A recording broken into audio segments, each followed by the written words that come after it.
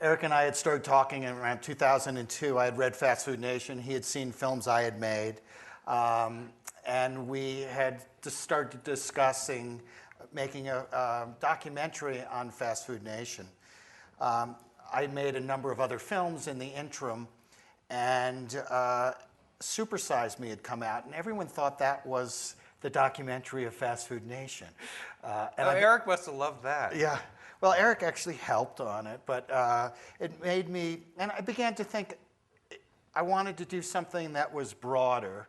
I wasn't sure what, and ultimately to sort of try to understand how this food gets to our table and to understand, on one hand, this food is the least expensive food that we've ever had, probably in the history of the world. We spend less of our paycheck on this food than at any time, but it comes to us at a very high cost. And to try to sort of film with all the producers of this food and try to understand it. Unfortunately, so much of the industrial world was not interested in talking with us, and that was a real disappointment. And that took a lot of the time, and I'm glad that you've given me the actual date, since so often when I've asked you've said, oh, we started it in 1932. It was a long slog, but a lot of it was actually finding people who would let you in and who would talk to you. And I wonder if you tell us about the challenges and how you came to some of the foreigners. For example, Carol Morrison, just to pick one of the people who moved me most. How did you come upon her, and did you get lots of turndowns? We probably went to, I say dozens and dozens and dozens, but I think it was more than that. Farmers and chicken farmers. And ultimately what you realize is that discussing the world of food, it's a very subversive world if you work in this world. So there were numbers of people who were talking to us, but they were frightened, and they thought it would sort of endanger their livelihood. And these are people who are very leveraged. They've spent a ton of money, and basically it's mostly loans, and they're not making much money, as you saw in the film. It's just incredibly little money that's coming back to them. So Carol was the only one, and I'm sure we spoke to over 50 people, but it could be a fair number higher than that. And Carol ultimately said, I'm ready to talk. I understand the consequences. And she knew that she would be out of business. And she was ready to leave, but she was so frustrated. But she wasn't out of business when you talked to her. I thought she was. No, she was not out of business, but she knew it was coming, and she was ready to throw caution to the wind, and she was not going to upgrade. So that she was ready to make this move. And there are things that I took out of the film out of caution, because we had to be very careful what we said. And I probably spent more on legal fees on this film than my past 15 times 3. And so we spent a lot of times with lawyers, but Purdue in this case was someone that we had wanted to get on camera, and we told them exactly who we were talking to, what we were talking about. And Carol had said, and we had it in the film, that she had been feeding her chickens arsenic. And that was in the Purdue food. And I think it was about 2 months before, Purdue had defended the use of arsenic, and they were very vocal. Though when we told them after we filmed with Carol that she had said that, because we were trying to engage, we're saying, this is what's being said, we'd love to talk with you. They said, well, we stopped using arsenic the day, Carol, before you filmed with Carol. I said, well, you just defended it 2 months before and thought it was good. So we took it out of the film. So when you say caution, you mean caution about all this expensive legal counsel you got during the making of this. What about farmers you thought might come to grief afterward if you showed what they said? Well, did you take any of that out? No, we didn't. We basically talked with our farmers and made sure that they were saying things they felt comfortable about. When we had talked, we had approached Monsanto and wanted them to come in, be part of this film. We had many phone calls and many emails, and they asked who was in the film. We gave them the list of people. There was one person, Mopar, who said he didn't want his name to be given. So we did not pass that name along, but we passed every other name, or I think But everyone. Mopar's the main guy who appears in the movie. Well, he didn't want his name passed along. He felt he would be endangered. Was this before they That was came to a before that settlement? testimony was happening. Ah. And when you say it's subversive, it's indeed subversive that Carol Morrison would say what she said about the industry and about the way she had to farm chickens. But she was ready. And so I guess was Troy Rausch, Yeah. another farmer I find incredibly moving. You know, how did you find him? And were these people just waiting to get to you? No, I mean, Troy, well, I mean, here, one thing I find interesting is that the chicken farmer Vince, who had wanted us to come in and With the dog. and Tyson, he was visited numerous times. We agreed to sort of have a date where we could go film with him. And all of a sudden, Tyson had about 10 representatives visit Vince and I think try to discourage him from letting us in. Who notified Tyson, him or you? We spoke with Tyson, and then we suggested he call Tyson so he wouldn't get in trouble. Tyson said, oh, they said it, from their point of view, it was fine, but it was up to Vince. But then they kept visiting. So they were playing, dare we say? Oh, they would never say no. But they kept going to Vince saying, well, you know, when you go to the beach, you see a green flag, it means it's okay to swim there. If you see a yellow flag, it means there's caution. There are red flags flying all over your property today. And Vince said, what do you know, Vince wasn't sure still. This reminds me of something. I was going to ask, is the effect of this sort of, this menacing parable, it reminds me of the music that you play over the initial supermarket, which I have assumed, since the first time I saw this, is an artificial supermarket that's been artificially colored so it all looks like the Snow White's Poison Apple. Was it a real supermarket? It's a low-end American supermarket. No. By the way, it's very hard to get into a film in a supermarket. That was a total challenge as well. I thought so. I thought maybe you had built a set. Yeah, we almost had to build a set. I mean, it's very difficult to film in an American supermarket. So that was another Yeah, absolute... but that music you have running under it is Twilight Zone music.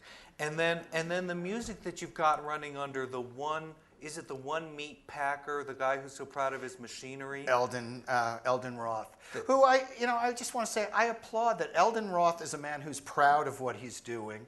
He thinks he's, and perhaps he is, he's solving a problem, which is E. coli. So on one level, I think that he, should be applauded because he was ready to let us into his operation.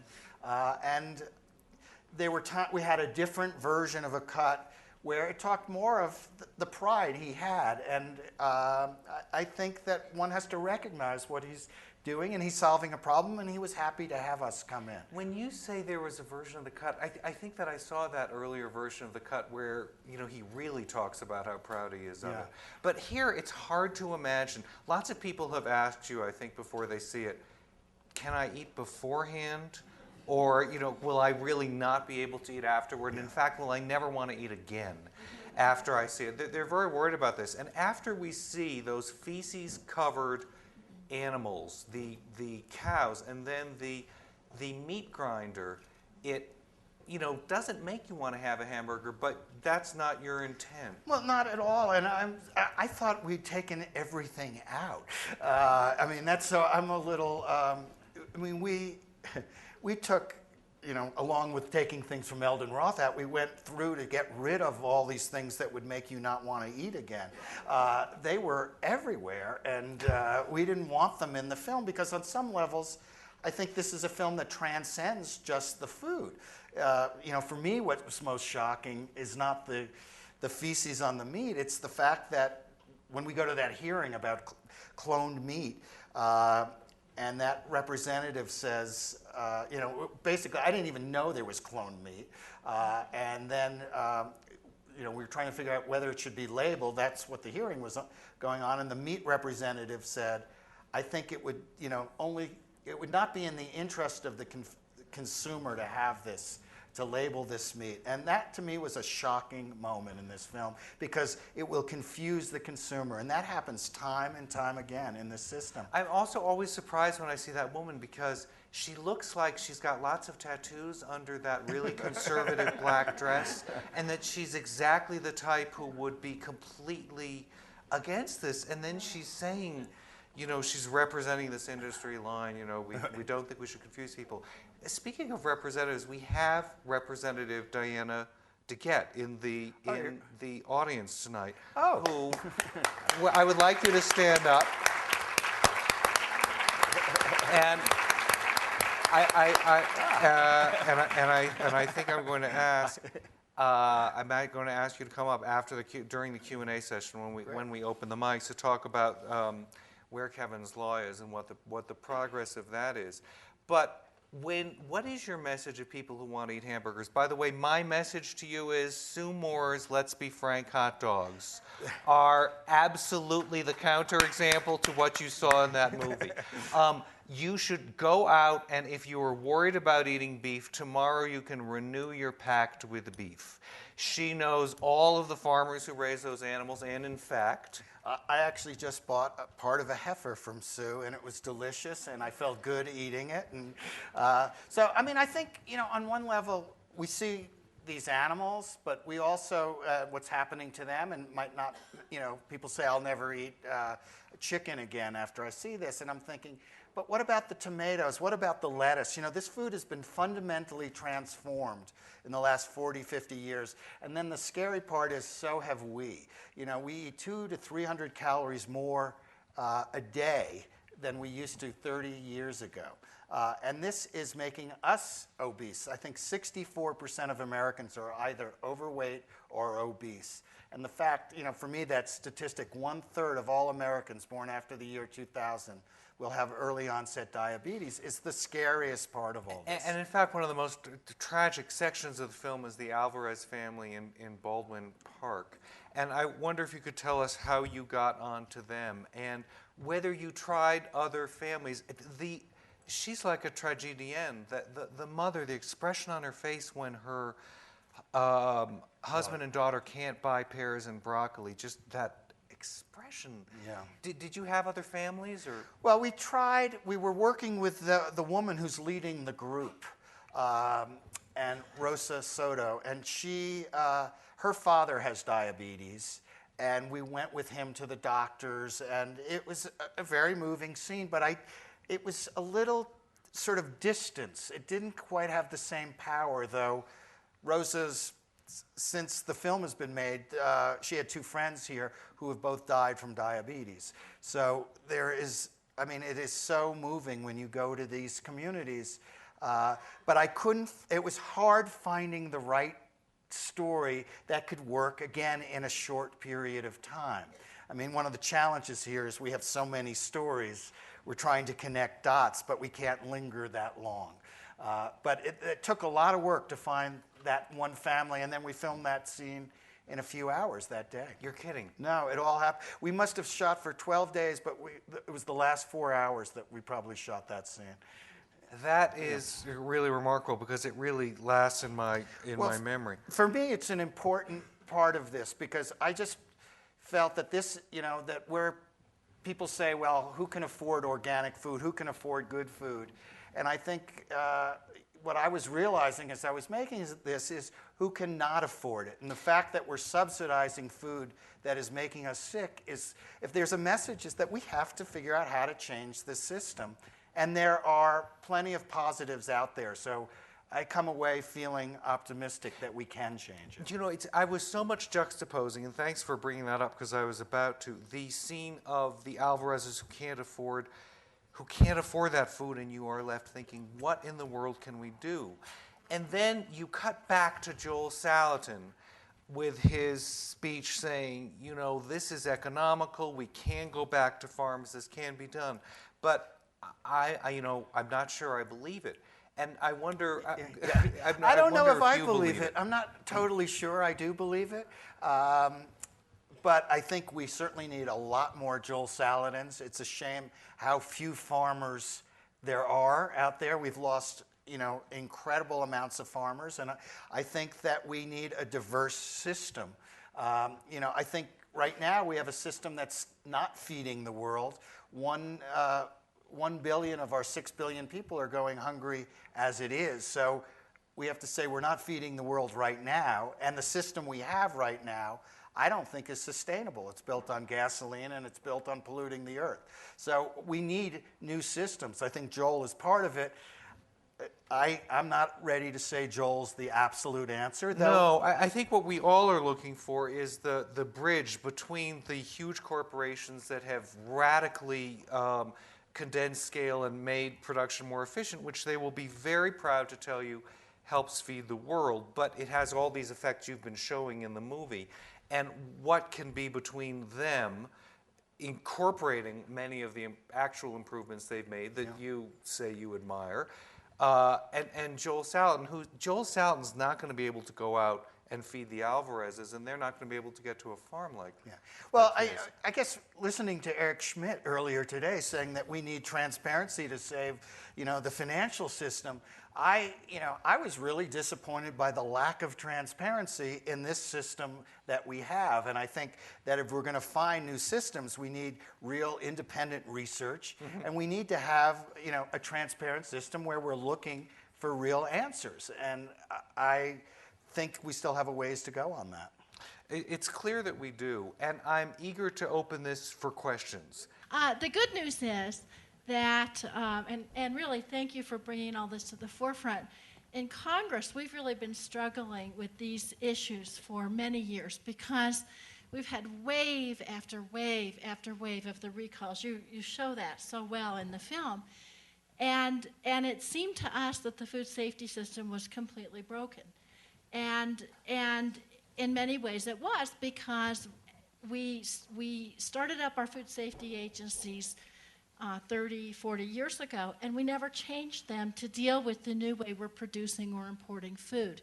So we had this whole series of hearings, and we finally developed legislation. And as you can imagine, there was a lot of opposition to this legislation.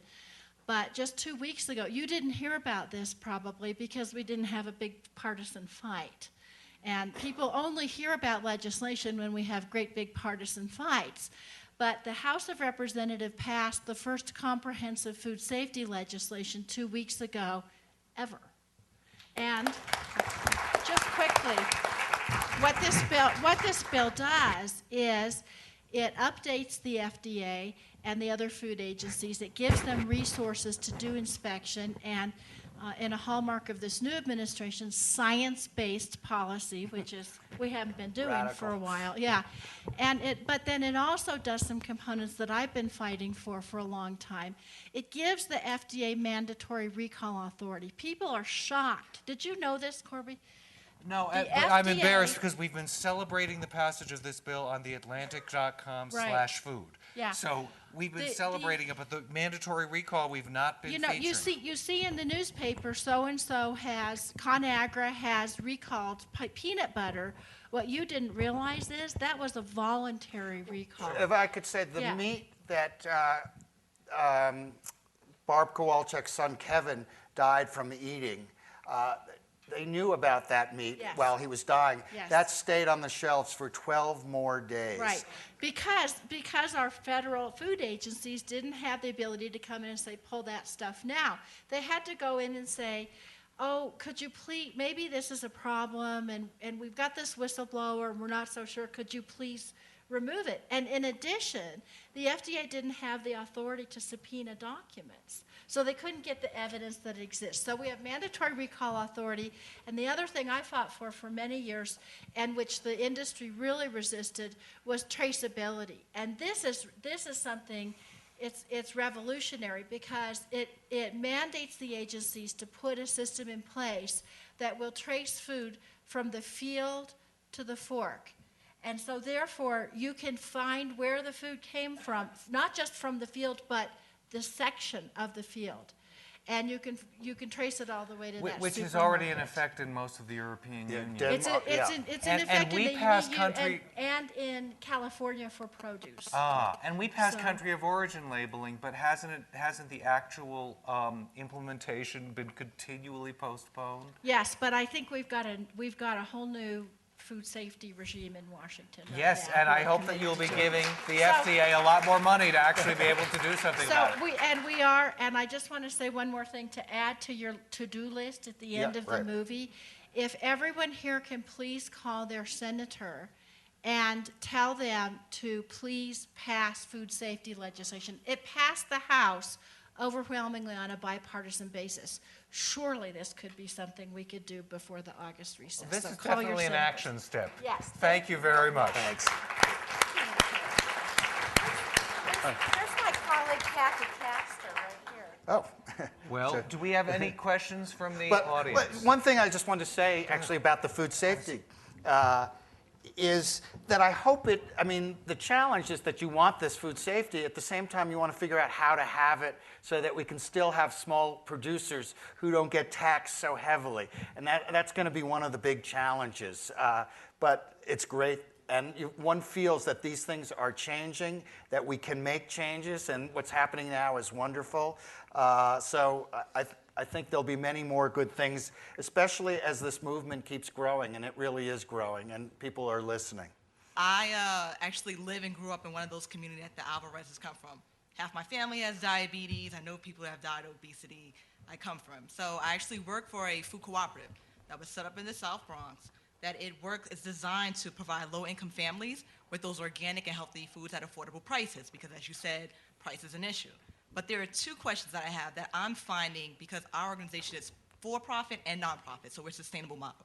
But there are two issues that we're finding that's actually causing an obstacle to have these families eat better and get over these health disparities.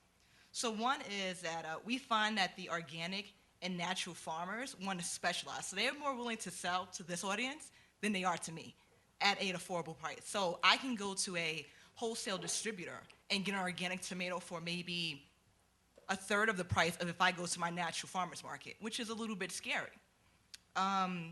So we're trying to figure out, what can we do as independent retailers, as a food cooperative, where people want this stuff. They're trying to figure out ways to work it out. And how can we supply communities with food that's impacted? My second question is a little bit more policy. So we're also raising up money to start our own rooftop garden, because we figured the only way to do it is to do it ourselves. So by starting our garden in the Bronx, we're finding that there's not enough policy, there's not enough funding out there to help communities and help people push initiatives to actually have their own food, which will, again, reduce the disparities, it will reduce carbon emissions, et cetera, but they're not being put out there so that people can help themselves in these communities get over it. So what do you think, based on all your research, what can we do and what can organizations that are part retail, part community, how can they overcome just all these different issues? I've got two things I can say, but you Why don't feel you free. go? I just got a release today from the Massachusetts Department of Agriculture, which had been pushing, and I've been aware of this for a long time, to make grants to farmers for direct sales in underserved communities that are the food deserts, where it sounds like you are yourself working to try to get access to fresh food. This is a persistent problem that every health department in the country is trying to address. But what interests me is that in New York you're having this problem because the rooftop garden, I have a rooftop garden consultant in New York, debut blogging on The Atlantic, starting next week. She started a business because there's so much interest in this now. But clearly she's doing it for people, even though they're actually not all rich people. They're middle income and kids who are pretty much right out of college, but they're still not, they're not the income level you're talking about. Because the New York City Health Department has been so active in promoting fresh food and getting access to local markets, I'd be glad to direct you to the people I've talked with in that department. I would think that they would want to make direct grants to you, and I'm going to further punish my debut blogger next week by asking if you can be in contact with her so that she could give you some assistance too. And I have some names. We should probably just go over those names later and then pass them on, so because they're specific to New York City. But I think obviously, hopefully, we can get food stamps at farmers markets. Would be one of the more sort of. We have them. We also accept them at food cooperatives in most of low-income communities. And more and more farmers markets have wireless card readers for electronic benefit transfer cards, which I wrote about last year, which was a huge problem because, as you all know, food stamps look like credit cards. But the problem at going to farmers markets, even though in Massachusetts and many other states, food stamps have been accepted for years, is you couldn't use them because they didn't have the money for wireless card readers. But now more and more states, it's state by state. There's no federal program that funds them. Sure. I'd like to ask both of you or anyone else who could give me an answer to this. What if all federal subsidies, federal farming subsidies ceased? I mean, it seems to me that there's a widespread support from a lot of people. I mean, look what the Wall Street Journal has been saying about the sugar subsidy for years, that this is just a criminal scam in so many words. What if all food subsidies ceased? What effect would that have on this entire thing, also including the effect it would have on food imports? You must have an opinion on this. Well, I have an opinion. I have to preface this by saying I'm not a food expert. I'm a filmmaker. But my impression is, on one level, certain fast food and processed food prices would go up because it's artificially inexpensive at the moment.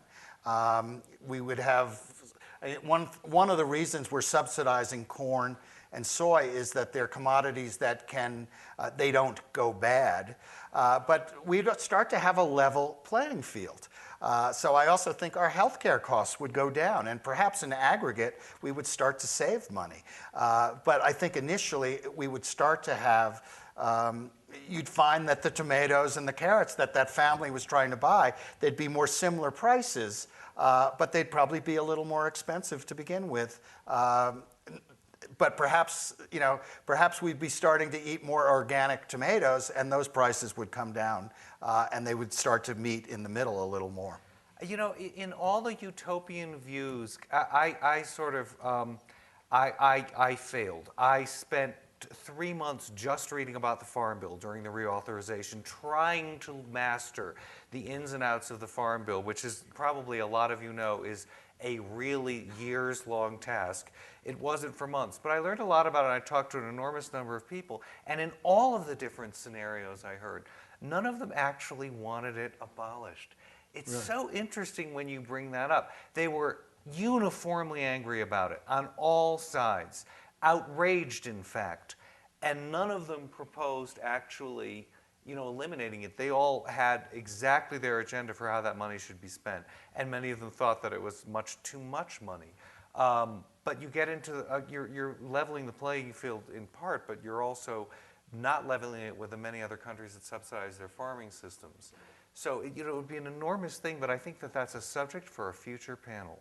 So that's a good question to have asked. Well, I felt that a certain, the balance has been thrown off, that ultimately these corporations are saying we can police ourselves. We were at a hearing that also didn't make the film where Barb Kowalczyk was with a member of the FDA, was saying, I think these are, corporations are going to be much better at policing themselves than the government. And meanwhile, she's, I could just see her face cringe, thinking that, that meat might have been recalled that her son ate if the government had had the chance. But isn't that entirely the rationale behind the enormous between 1972 and I don't know when the 90s figure was, from 70, what was it, 50,000 inspection to? Yeah, actually, it was interesting because there was an op-ed piece that was written recently in the New York Times by, and I'm blanking, about a week or two ago.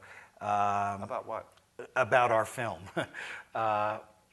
oh my gosh, I'll remember in 1 second, but talking about that number, it's a little confusing. That number came from Henry Waxman about 2 years ago, but there's now, it's basically the numbers have been way diminished. But Well, and the system has been gutted, and we need much more money for many more inspections. But the argument would be that there were many safety systems put in place, and the industry was supposed to be self-regulating, and there were many incentives put in place for it to be self-regulatory. well, I think, on some levels there are parallels with the financial crisis that here were these banks that were saying, and other financial institutions saying, we can regulate ourselves. And I think at some point, I believe government can be helpful in helping to regulate, especially when there's so much self-interest.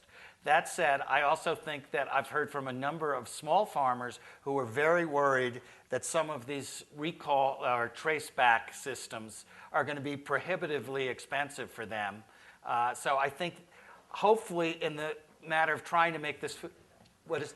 We exempted the organic. I'm told that the organic farmers have now been exempt. So that should help. And they've already had their own expenses to get certified organic. Right. So Well, that which was is also plenty of very their expensive. expenses. Yeah. So that's very good news. I think we've got some people over there, but we're under a disadvantage. And we've only got one more. So if there's someone over there who's been waiting. Yes. I actually do a radio show supporting many of the things that, Robbie, you've put in your film on Air America. And I was just in Washington, D.C. last week lobbying for Tom Harkin's bill, and I'm sure the Congresswoman is aware of it, to get junk foods out of schools, sodas and junk foods. And there is only one co-sponsor on the Republican side in both the House and the Senate, so that is shocking to me. Something else that's shocking, and you mentioned in the film, which is that by eliminating meat 1 day a week, we save, it's the equivalent of taking more than 10 million cars off the road. So I wanted to ask you, Robbie, publicly, which day of the week you don't eat meat. Friday! We're going to have conversion. And if you wanted to go a little more into that, because I actually heard gasps when that statistic came up at the end of the film. I'm not a vegetarian. I've actually been attacked by vegans. At times I thought that I was going to be eaten alive on stage because I'm not a vegetarian.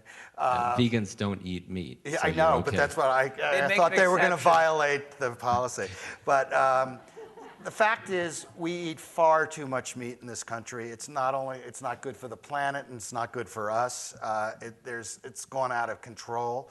And at the same time, I felt it was important to make this film for people who are not the converted. I didn't want to sort of just reach those who have stopped eating meat. At this point, I find that I'm eating less meat, but I'm also as concerned by industrial food as I am by that meat. I was happy to buy Sue Moore's piece of Sue Moore's heifer, but I'm also happy to go the week, and not eat meat after that. Yeah, so I think it's more than 1 day a week that I'm not eating meat at this point. But I can't tell you which one because I'm not true to that particular day. And I'd also like to leave everyone with a point Robbie made earlier, which is it's not just meat that we all have to focus on and be worried about. When you look at the rash of recent food safety outbreaks, it hasn't been meat particularly. It's been peanut butter, it's been things you never thought were going to have E. coli or be dangerous, or something you had to kind of question before you opened the box, or the triple washed salad leaves from the farm. I think we need fair food that's fair to the animals, but it's fair to the workers. I found that I was just as concerned by the people producing this food, whether it was growing or processing this food, who are being absolutely mistreated. You need food that's fair to the earth. And we need food that's fair for us, because we as consumers are getting sick, and it's going to cost us way too much money to continue with this system. So I think more than just talking about meat, which I think is sort of diverts the problem, though I think it's something we have to cut way back on. But I think it goes way beyond the meat. And this film shows us the scope of the problem, and it rewards repeated viewings, I'm glad to say. And I'm very glad to have gotten to talk to Robbie again, and thank you all for coming. Thank you.